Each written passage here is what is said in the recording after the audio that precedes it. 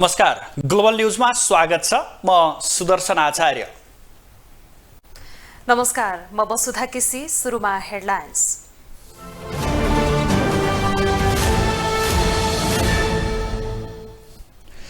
सरकार छान्ने साना दलको असन्तुष्टिसँगै अन्योलमा प्रधानमन्त्री दाहाल, पार्टीको स्थायी कमिटी बैठक समेत स्थगित।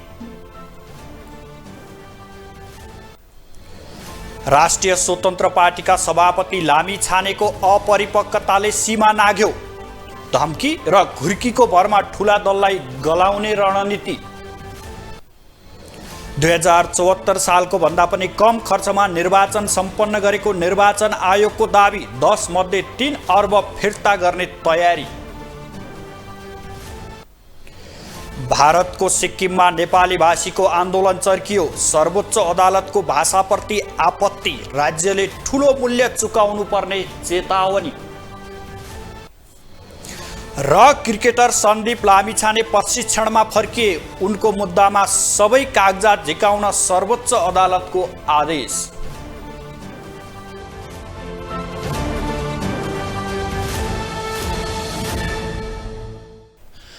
ग्लोबल न्यूज अब विस्तारमा।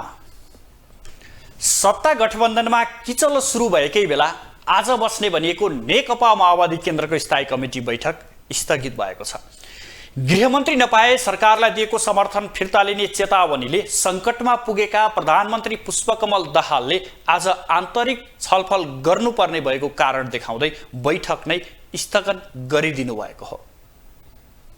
सत्ता साझेदार दलभित्र देखिएको असन्तुष्टिले गठबन्धन नै सङ्कटोन्मुख भएका बेला बोलाइएको माओवादी केन्द्रको स्थायी कमिटी बैठक शुक्रबार पनि स्थगित भएको छ।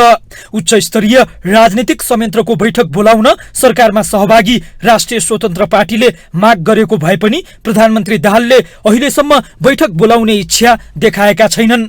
संयन्त्रको संयोजक समेत रहेका एमाले अध्यक्ष केपी शर्मा ओली बिहिबार दिनभर गृह जिल्ला झापामै बसे। यता माओवादी केन्द्र भने अलमलमा देखिएको छ। अध्यक्ष ओलीले भने सत्ता गठबन्धनमा भागभण्डा गर्दा गृह मन्त्रालय राष्ट्रिय स्वतन्त्र पार्टीको भागमा परेकाले उसैलाई गृह मन्त्रालय दिनुपर्ने बताइरहेका छन्। कुन कुन पार्टीले के लिने भन्ने कुरा सहमति के भएको हो तपाईँहरूलाई थाहा छ। त्यसै अनुसार अगाडि जानुपर्छ। राष्ट्रिय स्वतन्त्र पार्टीको प्रधानमन्त्री गृहमन्त्री सहित कुन कुन मन्त्रालय लिएको हो त्यो सहमतिका साथ नै भएको हो तपाईँहरूलाई थाहै छ। त्यसै अनुसार जानुपर्छ। यता नेकपा माओवादी केन्द्रभित्र भने अधिकांश नेताहरू गृह मन्त्रालय अन्य दललाई दिन नहुने पक्षमा देखिएका छन्। वर्तमान सरकारका महत्त्वपूर्ण सबै मन्त्रालयहरू अन्य दलले लिएका कारण प्रधानमन्त्रीले काम गर्न समस्या आउने भएकाले गृह मन्त्रालय आफैसँग राख्नुपर्ने उनीहरू सुझाव दिइरहेका छन्। माओवादी नेताहरूले गृह मन्त्रालय राष्ट्रिय स्वतन्त्र पार्टीलाई नभई उक्त पार्टीका सभापति रवि लामिछानेलाई दिएका कारण अहिलेको परिस्थिति नै अलग भइसकेको बताउँछन्। माओवादी नेताहरूले रवि लामिछाने गैर सांसद भइसकेको र उनी विरुद्ध दोहोरो पासपोर्टका बारेमा समेत अनुसन्धान जारी रहेका कारण गृह मन्त्रालय जस्तो संवेदनशील मन्त्रालय दिन नहुने जिकिर गरिरहेका छन्। गृहमन्त्री नपाउँदैमा सरकारबाट हट्नुहुन्छ त्यस्तो त मलाई लाग्दैन। त्यस्तो कच्चा खेलाडी त उहाँ नबन्नु होला अब फेरि, होइन? किनभने यत्रो केस भइरहेको छ, क्वेसन आइरहेको छ। मलाई नै गृहमन्त्री गैर सांसद हो नि उहाँ त। अहिले गैर सांसदलाई चाहिने अब गृहमन्त्री जस्तो चाहिने गृह प्रशासन जस्तो यत्रो चाहिने जिम्मेवारी अहिले सुम्पिन त प्रधानमन्त्रीले सक्नुहुन्न होला नि त। यसमा उहाँले अर्कालाई गरेर मिल्दैन। यदि यही कारणले उहाँले चाहिँ एउटा सेन्टिमेन्ट क्रिएट गर्नुको निम्ति अथवा उहाँ सरकारबाट बाहिरिन्छु भन्नुहुन्छ भने त उहाँको पार्टीको निर्णयको कुरा हो। त्यसपछि त प्रधानमन्त्री फेरि अगाडि त आफ्नो हिसाबले जानुहुन्छ नि। सरकारलाई दिएको समर्थन फिर्ता लिने अन्तिम तयारीमा रहेको राष्ट्रिय स्वतन्त्र पार्टीले सरकारलाई 2 दिनको समय सीमा दिएको छ। प्रधानमन्त्री दाहालले 2 दिन पर्खन आग्रह गरेकाले समय दिइएको रासोपाको दाबी छ। तर प्रधानमन्त्री दाहाल भने अब के गर्ने भन्नेमा अलमलमा देखिएका छन्। ग्लोबल टेलिभिजनका लागि क्यामेरामा गणेश पूर्व छाने मगरका साथमा अमृत राज काफ्लेको रिपोर्ट।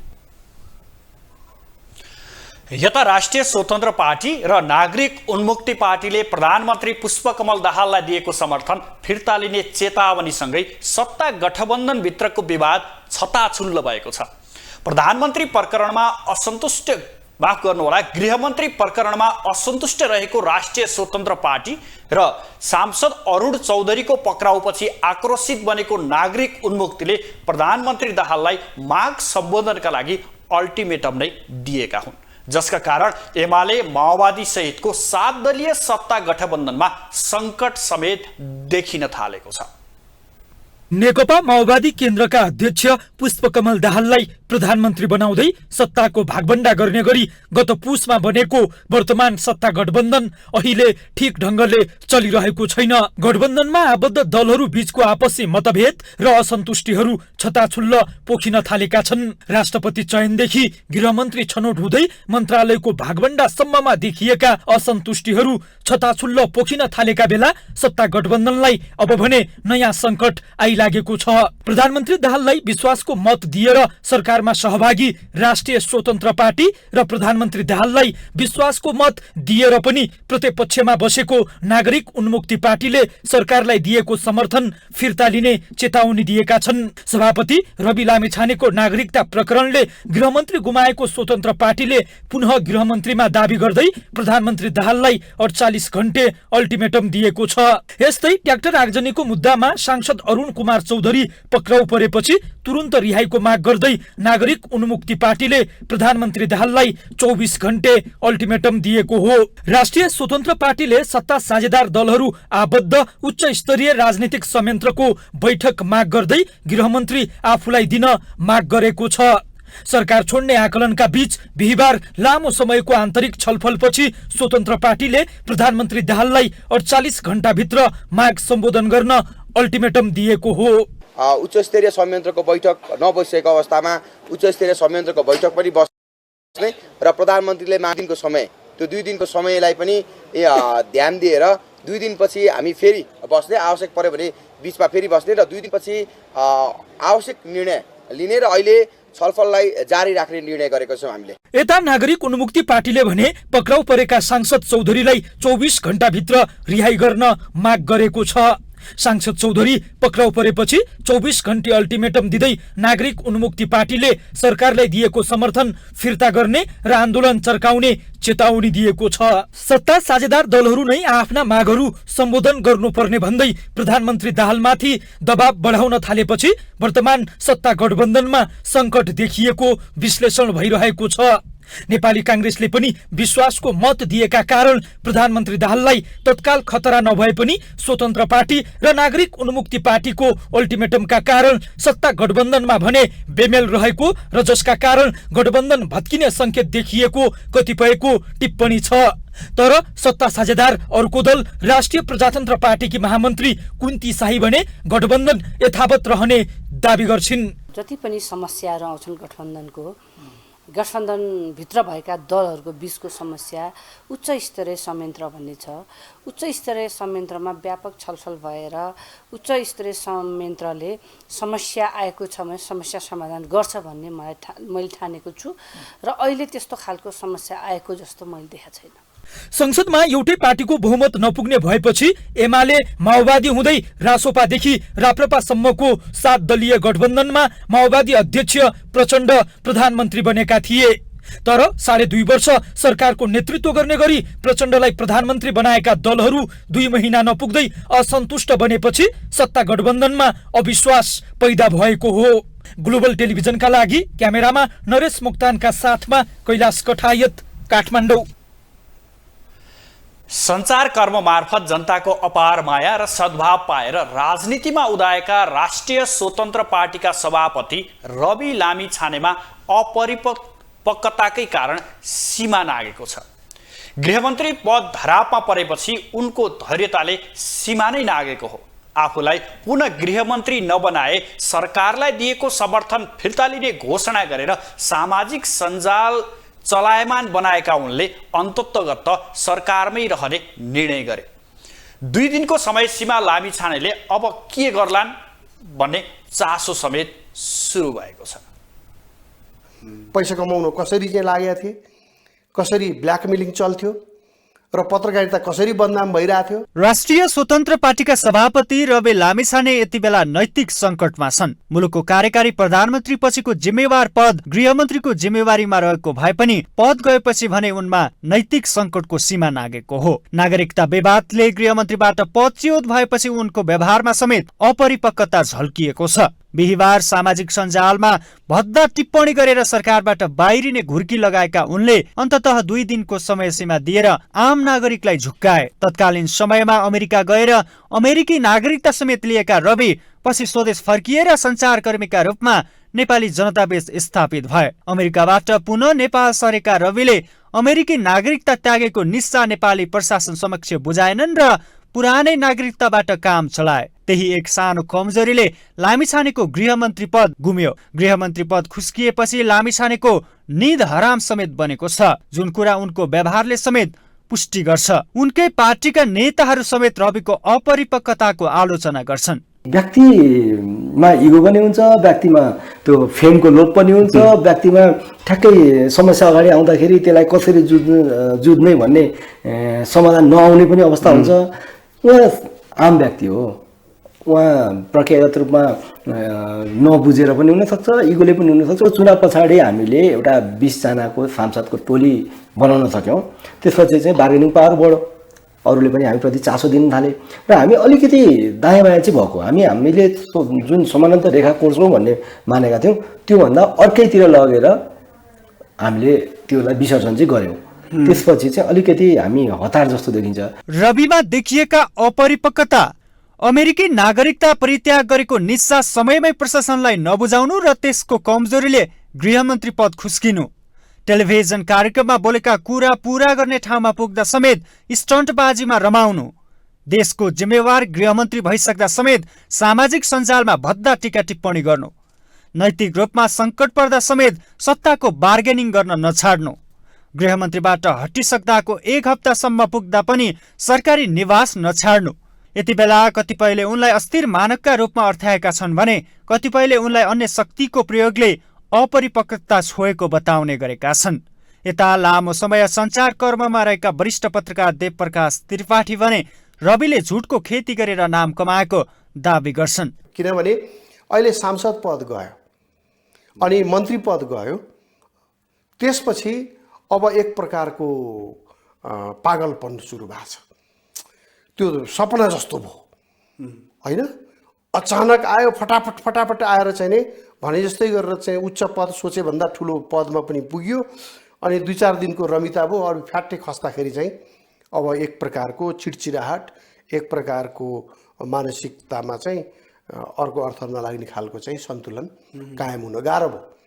अहिलेको उनको व्यवहार भनेको एउटा पाटो चाहिँ उनको प्रवृत्ति र उनको मानसिकताको कारण हो। लामिछाने बारे सामाजिक सञ्जालमा पक्ष र विपक्षमा टीका टिप्पणी भइरहेका छन्। तत्कालीन समयमा टेलिभिजन कार्यक्रम मार्फत कसैको उछितो काट्न नछाडेका लामिछानेलाई आफैमा प्रश्न चिन्ह फर्किए पनि उनले अभिमन्यु नहुने घोषणा त गरे, तर उचित जवाफ पनि उनी आफैले समेत पहिल्याउन सकेका छैनन्। ग्लोबल टेलिभिजन HD का लागि क्यामेरामा नरेश मोक्तानका साथमा विनोद विक्रम भण्डारी, काठमाडौँ। नेपाली कांग्रेसका नेता ज्ञानेन्द्र बहादुर कार्कीले राष्ट्रपतिका लागि सर्वस्वीकार्य व्यक्ति आफ्नो पार्टीमा मात्रै रहेको दावी गर्नुभएको छ। नेता कार्कीले राष्ट्रपतिमा आफ्नो पार्टीलाई स्वीकार्य बनाउन कांग्रेसले प्रधानमन्त्री पुष्पकमल दाहाललाई विश्वासको मत दिएको स्पष्ट पार्नुभयो। सुनसरी स्थित हरिनगर गाउँपालिकाको कार्यक्रममा उहाँले एमाले अध्यक्ष केपी ओलीले राष्ट्रपतिमा राखेको अडानले मुलुकलाई अघि बढाउन नसक्ने बताउनुभयो। संस्थाको नेतृत्व सर्वस्वीकार्य व्यक्तिले गर्नुपर्दछ र त्यो व्यक्तित्व नेपाली कांग्रेस भित्र नै छ भन्ने कुरा पनि म यहाँहरूलाई निवेदन गर्न चाहन्छु। त्यही कारणले हामीले प्रतिनिधि सभाको बैठकमा वर्तमान प्रधानमन्त्री पुष्पकमल दाहाल प्रचण्डले विश्वासको मत माग्दै गर्दाखेरि हामीले विश्वासको मत दिएको। म यहाँबाट भन्न चाहन्छु, नेपाली कांग्रेस पार्टी नेपालको राजनीतिको केन्द्रबिन्दुमा छ। र नेपाली काङ्ग्रेस पार्टीले सत्ता खोजेर हिँड्नु पर्दैन। नेपाली काङ्ग्रेस पार्टीका अगाडि सत्ता आउनु पर्दछ, आउँछ। कांग्रेस नेता कार्कीले सत्ताका लागि आफ्नो पार्टीले मरिहत्ते गर्नुपर्ने अवस्था नरहेको बताउनुभयो। कांग्रेसले सत्ता खोजेर नहिँड्ने तर त्यो आफै आउने उहाँको भनाइ छ। निर्वाचन आयोगका प्रमुख निर्वाचन आयुक्त दिनेश कुमार थपलियाले 2074 सालको भन्दा कम खर्चमा यसपटकको निर्वाचन सम्पन्न भएको बताउनु भएको छ। काठमाडौँमा आज निर्वाचन बारेको छलफल कार्यक्रममा प्रमुख निर्वाचन आयुक्त थपलियाले 7 अर्ब रुपैयाँमा तीनै तहको निर्वाचन सकेको बताउनुभयो। उहाँले 10 अर्बको अनुमान गरे पनि 3 अर्ब सबै निर्वाचन सकेर फिर्ता गर्ने तयारीमा रहेको बताउनुभयो। उहाँले आयोग आगामी दिनमा झनै कम खर्चमा निर्वाचन गर्ने गरी अघि बढेको बताउनुभयो। आयोगले गर्ने खर्च कटौती गर्दै गइरहेको छ। अझै पनि हामी अध्ययन गर्छौं र आगामी निर्वाचनमा कसरी यसलाई कम गर्न सकिन्छ भन्ने अरु उपायहरू पनि खोजौं। धेरै उपायहरू खोज्न सकिन्छ। थपलियाले अर्को निर्वाचनमा समानुपातिक निर्वाचन प्रणालीतर्फको निर्वाचनमा अन्तिम मतदाता नामावलीमा नाम भएको कुनै पनि व्यक्तिले भोट हाल्न पाउने सुनिश्चितता गर्न कानून निर्माण गरिरहेको बताउनुभयो। उहाँले तत्काल नै स्थानीय तहको निर्वाचन र पहिलो हुने निर्वाचन प्रणालीमा भने त्यो अधिकार प्रयोग गर्न पाउन सक्ने अवस्था नरहेको बताउनुभयो। निर्वाचन प्रणालीतर्फको निर्वाचनमा अन्तिम मतदाता नावलीमा नाम भएको कुनै पनि व्यक्ति त्यो प्राइभेट सेक्टरमा काम गर्दै गरेको कारणले, एनजिओमा काम गर्दै गरेको कारणले, सञ्चारकर्मी भएको कारणले चाहिँ भोट हाल्न नपाउने, सरकारी कर्मचारी भएको कारणले मात्रै पाउने कुरालाई संशोधन गरेर सबैलाई मताधिकार दिने गरी अगाडि जानुपर्छ भन्ने कुरामा हामी कन्भिन्स छौं। त्यो विषयमा कानुन बनाउँदा त्यसलाई तदनुसार नै अगाडि बढाइने कुरा म निवेदन गर्दछु। राष्ट्रिय स्वतन्त्र पार्टीका सभापति रवि लामिछानेप्रति इंकित गर्दै प्रमुख निर्वाचन आयुक्त थपलियाले उम्मेदवारी दिँदा नै नेपाली नागरिक हो होइन र नागरिकता अनुसार उम्मेदवार बन्न योग्य भएको छ वा छैन भन्ने मात्रै हेर्ने बताउनुभयो। कुनै व्यक्तिलाई अर्को पार्टी खारेज गरिपाऊ भनेर निवेदन दिने अधिकार नहुने र आयोगले पनि कुनै पार्टी खारेज गर्न सक्ने अधिकार नराख्ने उहाँको भनाइ छ। प्रतिनिधिले उम्मेदवारी दिइसकेपछि हामीले एउटा सो घोषणा गराउँछौं र आफैलाई दस्तखत गराउँछौं। त्यो कानुनमा पनि व्यवस्था छ। हामी के भन्छौं त्यसमा भने 1 नम्बरमै भन्छौं म नेपालको नागरिक हुँ भनेर सही गराउँछौं। मैले पेश गरेका सबै डकुमेन्टहरू ठीक छन्। म संविधानप्रति प्रतिबद्ध छु। म कुनै पनि कानुनले उम्मेदवार हुन अयोग्य छैन, योग्य छु लगायतका 17-18 वटा बुँदामा हामीले दस्तखत गराउँछौं। एउटा मुलुक हाँक्न आउने मान्छे गलत नागरिकतालाई ठीक हो भनेर आउँदैन भन्ने आयोगको विश्वास हुन्छ। यो विश्वास हो। प्रमुख निर्वाचन आयुक्त थपलियाले अबको निर्वाचनमा उत्साहजनक उपस्थितिका लागि रणनीति फेर्नुपर्ने बताउनुभयो। उहाँले विद्युतीय निर्वाचनका लागि कानूनमा नै बाध्यकारी बनाइनुपर्ने आवश्यकता ठानेको बताउनुभयो।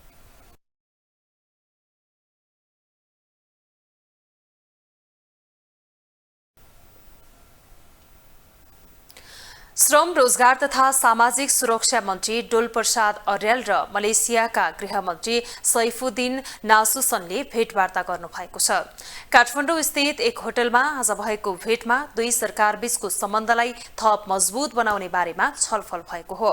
बैठकपछि बोल्दै श्रम मन्त्री अर्यालले मलेसिया सरकारसँग नेपाल सरकारको श्रम सम्झौतालाई नवीकरण गर्ने बेला भएको र नवीकरण गर्दा नेपाली श्रमिकलाई पनि मलेसियाका श्रमिक सरहको सेवा सुविधा दिने कुरामा छलफल भएको बताउनुभयो। उहाँले नेपालबाट पनि कामदारलाई मलेसिया पठाउँदा दक्ष बनाएर पठाउने कुरामा छलफल भएको बताउनुभयो। यो कुराहरू पनि आएको छ। अब रिन्यू गर्ने बेला भएको भन्ने कुरा छ। त्यसलाई हामीले अत्यन्त सूक्ष्म तरिकाले अध्ययन गरेर आवश्यक अनुसारको सुधार गर्नुपर्ने ठाउँमा सुधार गरेर एमओयू कन्ट्याक्ट गरौँ भन्ने कुराहरू भएको छ, रिन्युअल गरौँ भन्ने कुरा भएको छ। र नेपाली कामदारहरूलाई मलेसियाको लोकल कामदार र फरेनर भनेर विदेशी र स्वदेशी भनेर फरक नहुने किसिमको सेवा सुविधा दिने विषयमा उहाँले कमिटमेन्ट गर्नुभएको छ र हाम्रो पनि चाहना यही नै हो। जुन बेलासम्म नेपालीहरू विदेश जानुपर्छ त्यति बेलासम्म अलिकति स्किल बनाएर पठाउने जिम्मेवारी हाम्रो र उहाँहरूले चाहिँ त्यहाँको लोकल कामदार र विदेशी कामदारमा कुनै पनि फरक नआओस् भन्ने मेरो अपेक्षा र मेरो माग पनि हो हाम्रो सरकारको तर्फबाट र उहाँले त्यसमा कमिटमेन्ट गर्नुभएको छ। त्यस्तै मलेसियाका गृहमन्त्री नासुसनले नेपालबाट 2,85,768 जना श्रमिकहरू मलेसिया गएको र सो मध्येबाट 1,85,000 म्यानुफ्याक्चर क्षेत्रमा आबद्ध रहेको बताउनुभयो। त्यस्तै 70,000 कर्मचारी सेक्युरिटी गार्डमा कार्यरत रहेको उहाँको भनाइ छ। ग्लोबल न्यूजमा अब एकैछिन ब्रेक।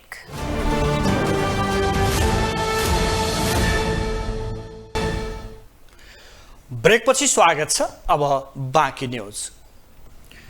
आफ्ना सम्पूर्ण सेवा प्रवाहलाई सूचना प्रविधि मैत्री बनाउने वर्तमान सरकारले घोषणा गर्यो। पुष्पकमल दाहाल नेतृत्वको अहिलेको सरकारले समेत पहिलो मन्त्री परिषद बैठकबाटै लाइन लाग्नुपर्ने बाध्यता हटाउने निर्णय गर्यो। सरकारी निकायहरूले अनलाइनबाट सेवा दिने कामको सुरुवात समेत गरिएको छ। तर सरकारी सेवा प्रवाहमा अपनाइएको अनलाइन प्रणालीले सेवाग्राहीलाई झन शास्ति थपेको छ। राहदानी, सवारी चालक अनुमति पत्र, राष्ट्रिय परिचय पत्र, शैक्षिक प्रमाणपत्र, मतदाता परिचय पत्र आदि बनाउन आम नागरिकले अनेकन शास्ति बेहोर्नु पर्छ। फारम अनलाइनबाट भरे पनि बायोमेट्रिक विवरण हरेक निकायमा छुट्टा छुट्टै दिनुपर्छ। त्यो पनि घण्टौं लाइन लागेर अनलाइन सेवाले सहजता होइन शास्ति थपेको गुनासो सेवाग्राहीको छ। लाइन बस्नु परेको छ, टाइममा भइरहेको छैन कामहरू। कमसेकम यति बजेसम्म आएर हामी बस्यौँ होइन। अब कर्मचारीले भित्र आज हामी कति बजेसम्म चाहिँ यो गर्न सक्छौँ, कतिजनाको चाहिँ गर्न सक्छौँ त्यो मात्र भन्दै पनि अब नभ्याउने मान्छेहरू त निराश भएर यति बजेसम्म त बस्नु पर्दैन नि त। अब त्यो पनि भयो। अब राजस्व तिर्न पनि अब 3 बजे बन्द भइसक्यो। कमसेकम यहाँ काम जति बेलासम्म हुन्छ राजस्व त त्यति बजेसम्म गरिदिनु पर्ने हो नि त। अहिले बन्द गरेर गइसक्यो। त्यो तरिका होइन। कम्प्लेन धेरै छन् होइन। अब यसरी जनताको पनि काम नभएर आएको हुँदैन। आफ्नो बिदा मिलाएर कतिपय गरेर आएको हुन्छ होइन। त्यसलाई पनि अब जुन निकायले मध्यनजर गरोस् भन्दै मेरो भनाइ। सङ्घ, प्रदेश र स्थानीय तहका सरकारी निकायले पछिल्लो समय अनेक सफ्टवेयर र एप्लिकेसनहरू बनाइरहेका छन्। मन्त्रालयका विभागदेखि नगरपालिका र वडा कार्यालयका समेत आफ्नै मोबाइल एप छन्। तर ती एप्लिकेसनहरू बन्ने क्रममा इन्टिग्रेसन नहुँदा सेवाग्राहीले निकाय पिच्छे विवरण बुझाउनु पर्छ। सार्वजनिक सेवा प्रवाहमा सरकारले जवाबदेहिता वहन गर्न नसकेको भन्दै गुणस्तरीय सेवा भन्दा पनि सामान्य किसिमको सेवा प्रवाहमा पनि विकराल भएर गएको पूर्व प्रशासक श्याम मैनालीको भनाइ छ। अहिलेको ट्रेन्ड हेर्दा सार्वजनिक सेवा प्रवाह अझै कमजोर र नाजुक अवस्थामा जाने परिस्थिति देखिएको उनको भनाइ छ। यी सार्वजनिक प्रवाहका कुराहरू, जनतालाई सेवा दिने कुराहरू चाहिँ गौण बनेको छ सरकारको दृष्टिमा। एउटा पछि त्यो छ। अर्को आफैमा सरकार चाहिँ जवाबदेहिता वहन गर्ने सक्ने संस्कृतिको विकास चाहिँ सरकारले अहिलेसम्म गर्न सकेन। नसकेको कारणले गर्दाखेरि चाहिँ सधैँभरि स्वार्थको सङ्घर्ष र भ्रष्टाचारमा लिप्त हुनु पुग्यो। आफन्त र चाहिँ नातावाद कृपावाद मात्रै सीमित हुनु पुग्यो। यसले गर्दाखेरि क्वालिटीको सेवा प्रवाह त कुरै छोडिदिउँ, सामान्य किसिमको सेवा प्रवाहको हिसाबमा पनि समस्या चाहिँ देशमा अत्यन्त विकराल भएर गएको छ। र अहिलेको ट्रेन्ड जुन छ त्यो ट्रेन्डलाई हेर्दाखेरि भोलि यो सार्वजनिक सेवा प्रवाहको अवस्था झन् विकराल हुने, कमजोर हुने र नाजुक भएर जाने परिस्थिति चाहिँ प्रष्ट देखिएको अवस्था छ। डिजिटल नेपालको लक्ष्य अनुसार सरकारले सेवाग्राहीसँग प्रत्यक्ष जोडिने सार्वजनिक कार्यालयका कामहरूलाई अनलाइन मार्फत प्रवाह गर्ने प्रयत्न त गरिरहेको छ। तर गुणस्तरीय पूर्वाधारको अभावमा अनलाइनमै समस्या देखिने गरेको छ। खास गरी कम क्षमताको सर्भर तथा अनलाइन प्रणाली सञ्चालनका लागि तेस्रो पक्षसँग निर्भर हुनुपर्ने अवस्थाले अनलाइन प्रणालीमै अविश्वास पैदा हुने हो कि भन्ने आशंका पनि हुन थालेको छ। ग्लोबल टेलिभिजनका लागि क्यामेरामा निर्मल तिमल सिन्हाका साथमा अभिषेक सापकोटा, काठमाडौँ।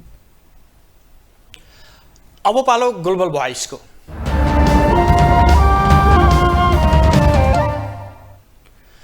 मुलुकमा जुनसुकै व्यवस्था आए पनि सरकारी कार्यालयमा हुने झन्झट र शास्ति अन्त्य हुन सकेको छैन। सर्वसाधारणले सरकारी सेवा प्राप्त गर्ने क्रममा हरेक कार्यालयमा तनाव बेहोर्नै पर्ने अवस्था कायम छ। यसै सन्दर्भमा ग्लोबल भोइसमा आज हामीले सर्वसाधारणलाई सोधेका छौँ, सरकारी कार्यालयमा बेहोर्नु पर्ने शास्तिबारे के भन्नुहुन्छ?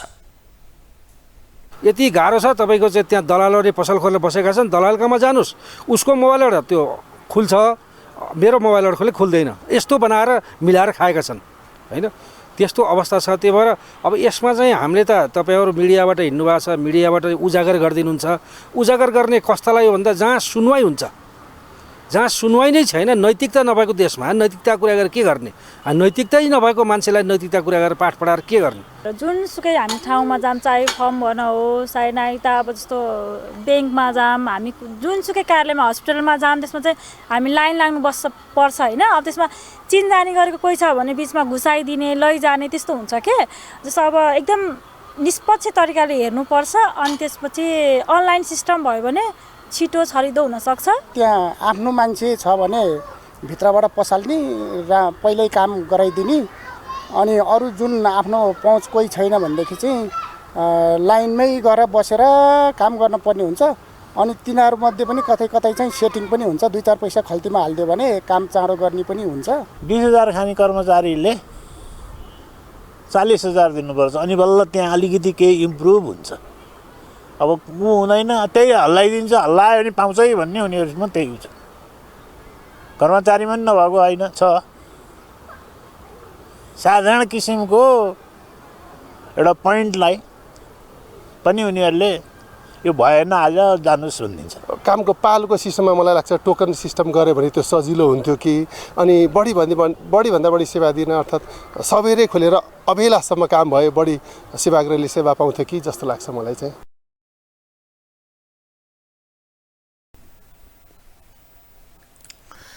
भक्तपुर क्यान्सर अस्पतालका कार्यकारी निर्देशक प्राध्यापक डाक्टर विष्णु दत्त पौडेलले सबै नागरिकले स्वास्थ्योपचार राम्रोसँग पाउन सक्ने ग्यारेन्टी सहितको नीति बनाउन आवश्यक रहेको बताउनु भएको छ। राष्ट्रिय सरोकार तथा समन्वय समितिको बैठकमा आज पौडेलले यस्तो बताउनु भएको हो। उहाँले रोग लागेपछि जुनसुकै उपचार पनि पाउन सक्ने गरी कानून निर्माण गर्न आवश्यक भएको बताउनुभयो। उहाँले साना कुराको अनुमति लिनलाई विभिन्न मन्त्रालयहरू चाहनुपर्ने तर पनि समस्याको समाधान हुन नसकेको बताउनुभयो। क्यान्सरबाट निको भएका बिरामीहरूलाई समाजले राम्रोसँग स्वीकार नगर्ने र जागिर खान पनि समस्या हुने गरेको गुनासो बढेको उहाँको भनाइ छ। कानुनको पनि इम्प्लिमेन्टेसन पनि हुनु पर्यो, त्यो एउटा इम्पोर्टेन्ट पार्ट हो। अस्ति काठमाडौँ महानगरपालिकाले पनि एकदम सार्वजनिक स्थलमा धुम्रपान तत्सम गर्न पाइन्छ कडा निकालेको थियो, कतिको लागु भएको थियो सबैले हेर्नुपर्ने छ। त्यस्तै स्वास्थ्य मन्त्रालय अन्तर्गतको नीति योजना र अनुगमन महाशाखाका प्रमुख कृष्ण प्रसाद पौडेलले राजनीतिक दबावका कारण दुर्गम क्षेत्रमा चिकित्सकहरू पठाउन कठिनाई हुने गरेको बताउनुभयो। चिकित्सकको पेसामा पनि रकम लेनदेन, अनावश्यक रिफर गराउने लगायतका विकृतिहरू रहेको उहाँको भनाइ छ। एउटा चिकित्सकलाई जिल्लामा दुर्गममा पठाउने ठाउँमा म छु, पठाउन नसक्ने बनाउने पनि प्रणाली छ हाम्रो। किन फटाएको? यो त मेरो मान्छे हो, यसलाई किन जिल्ला, यसलाई साह्रो पछिल्लो करेन्टले पनि खासै छुन सकेन। मैले यहाँसम्म यतिसम्म चाहिँ भन्न सक्छु। प्रमुख पौडेलले रिफरका लागि निर्माण गरिएका कतिपय अस्पतालका शाखाहरू आफू हेर्नुपर्ने ठाउँमा भएर पनि जानकारीमा नआएर रिफर सेन्टरहरू रहेको बताउनुभयो।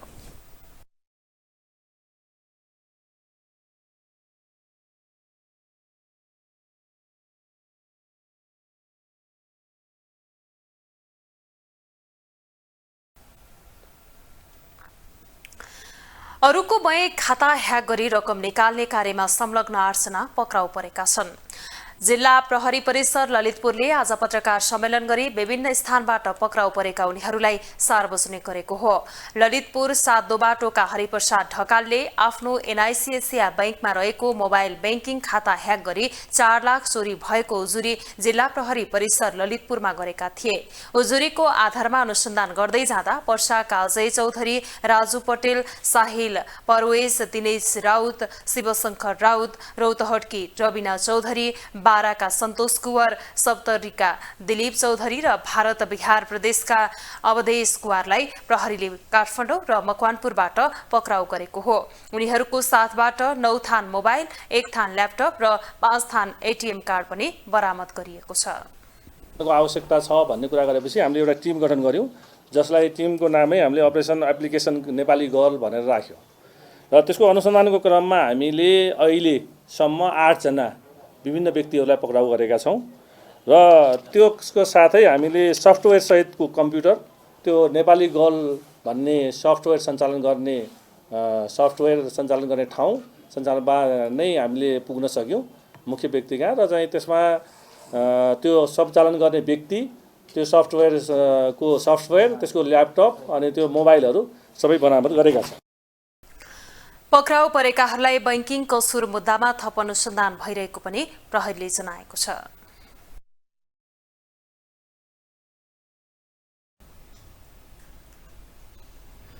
अब इन्टरनेशनल न्यूज।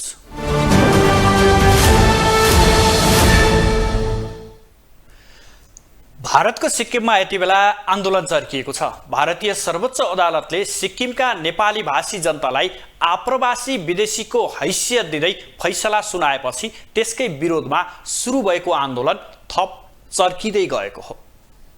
कुनै बेला अलग्गै देश रहेको सिक्किम भारतमा विलय भएको 4 दशक भइसक्यो, तर भारतीय सर्वोच्च अदालतले भने यति बेला त्यहाँका नेपाली भाषीलाई आप्रवासी विदेशीको हैसियत दिँदै फैसला गरेको छ। त्यसको विरोधमा अहिले सिक्किमभरि विरोध प्रदर्शन भइरहेको छ। भारतीय सर्वोच्च अदालतले पछिल्लो एक फैसलामा सिक्किममा रहेका नेपाली भाषी नागरिकलाई आप्रवासी र विदेशी करार गरेको भन्दै सिक्किमका नागरिक आक्रोशित भएका छन्। सिक्किमको गान्तोक लगायत मुख्य बजारहरूमा प्रदर्शन चर्किरहेको छ। भारतका विभिन्न सङ्घ संस्थाहरूले सर्वोच्च अदालतको फैसला विरुद्ध वक्तव्य जारी गर्दै यही रवैया कायम रहे ठूलो मूल्य चुकाउनु पर्ने चेतावनी दिएका छन्। यसअघि समेत परदेशी जस्तो व्यवहार गरिनेमा अहिले भने अदालतकै फैसलामा गलत धारणा र परिभाषाको शिकार बनाउन खोजिएको आन्दोलनकारीहरूको भनाइ छ। संविधानको 8औं अनुसूचीको खिलाफ हुने गरी आएको फैसलाले नेपाली भाषा बोल्ने नागरिकको भावनामाथि अपमान भएको उनीहरूको जिकिर छ। सिक्किमको सरकार चलाइरहेको पार्टी विपक्ष सबै कार्यकर्ताहरूले अदालती कदमको विरोध गरेका छन्। प्रदर्शनकारीले सर्वोच्च अदालतको व्याख्या सुधार्ने दिशामा तत्काल पहल लिन सिक्किम राज्य सरकारसँग माग समेत गरेका छन्। सिक्किममा बसोबास गर्दै आएका पुराना बासिन्दाहरूको समूह एओएसएसले आफूहरूले आयकरमा छुट पाउनुपर्ने विषयमा हालेको रिट निवेदनमा गत जनवरी 13 तारिकमा सुनवाई हुँदै गर्दा भारतको सर्वोच्च अदालतले सिक्किमका नेपालीलाई विदेशी मूलका बासिन्दा र आप्रवासी भनेर व्याख्या गरेको थियो। अदालती फैसलापछि विरोध र्यालीमा विभिन्न राजनीतिक दलका नेता, सामाजिक अभियन्ता सहित सर्वसाधारणको ठूलो उपस्थिति रहँदै आएको छ। अदालतले भारतीय मूलका सिक्किमेली आदिवासीले आयकर छुट पाउनुपर्ने निर्णय सुनाएको छ। एओएसएसले यो विषयमा सन् 2013 मा सर्वोच्च अदालतमा रिट हालेको थियो। गत जनवरी 13 मा सोही रिटमा सुनवाई गर्दै अदालतले एओएसएसका पक्षमा निर्णय सुनाएको थियो। सिक्किमका पुराना बासिन्दाहरूको पक्षमा गरिएको यो निर्णयको स्वागत भए पनि त्यहाँ बस्दै आएका नेपालीलाई विदेशी मूलका भनेर व्याख्या गरिएकोमा त्यसको व्यापक विरोध हुँदै आएको छ। सिक्किममा सोमबारदेखि लगातार विरोध प्रदर्शन भइरहेको छ। सन् 1891 को जनगणना अनुसार सिक्किमको जनसङ्ख्या 30,458 थियो, जसमध्ये भुटिया र लेप्चा समुदायको जनसङ्ख्या 10,656 र नेपाली समुदायको जनसङ्ख्या 19,802 थियो। सिक्किममा भुटिया, लेप्चा र नेपाली समुदायको बसोबास छ। सिक्किममा हालसम्म भएका 6 मुख्यमन्त्री मध्ये 5 नेपाली मूलका छन्। ग्लोबल टेलिभिजनको लागि एजेन्सीको सहयोगमा विशालपुरीको रिपोर्ट। अब स्पोर्ट्स न्यूज।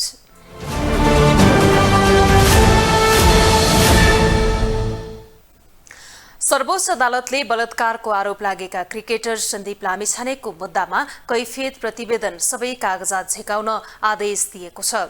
सर्वोच्चका न्यायाधीश हरि फुयालको इजलासले शुक्रबार सन्दीप विरुद्धको मुद्दामा कैफियत प्रतिवेदन मागेको आदेश दिएको हो। महान्यायाधिवक्ता कार्यालयले माघ 17 गते सन्दीपलाई धरौटीमा छाड्ने उच्च अदालत पाटनको आदेश विरुद्ध सर्वोच्च अदालतमा निवेदन दिएका थिए। निवेदनको सुनवाई गर्दै न्यायाधीश फुयालले सन्दीप विरुद्ध दर्ता भएको मुद्दादेखि धरौटीमा रिहा गर्ने उच्च अदालतको आदेशसम्मको कैफियत प्रतिवेदन झिकाउन आदेश दिएका हुन्। गत पुस 28 गते उच्च अदालत पाटनले सन्दीपलाई 20 लाख धरौटीमा छाड्न आदेश दिएको थियो। सन्दीप पुस 19 गते धरौटी बुझाएर थुनामुक्त भएका थिए। सन्दीप नेपाली टोलीको बन्द प्रशिक्षणमा समेत सामेल भइसकेका छन्। नेपाल क्रिकेट संघ क्यानले उनको निलम्बन फुकुवा गर्दै प्रशिक्षणमा राखेको हो। यसैबीच सन्दीप आजैदेखि राष्ट्रिय क्रिकेट टिमको बन्द प्रशिक्षणमा सहभागी भएका हुन्। ग्लोबल न्यूजको अन्त्यमा अहिलेसम्मका हेडलाइन्स पुनः एकपटक।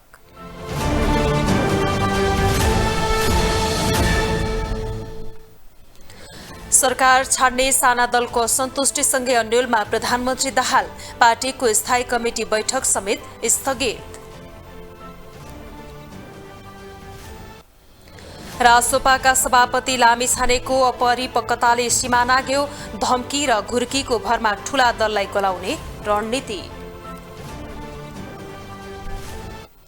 74 सालको भन्दा पनि कम खर्चमा निर्वाचन सम्पन्न गरेको आयोगको दाबी, 10 मध्ये 3 अर्ब फिर्ता गर्ने तयारी। भारतको सिक्किममा नेपाली भाषीको आन्दोलन चर्कियो, सर्वोच्च अदालतको भाषाप्रति आपत्ति, राज्यले ठूलो मूल्य चुकाउनु पर्ने चेतावनी। र क्रिकेटर सन्दीप लामिछाने प्रशिक्षणमा फर्किए, उनको मुद्दामा सबै कागजात झिकाउन सर्वोच्च अदालतको आदेश।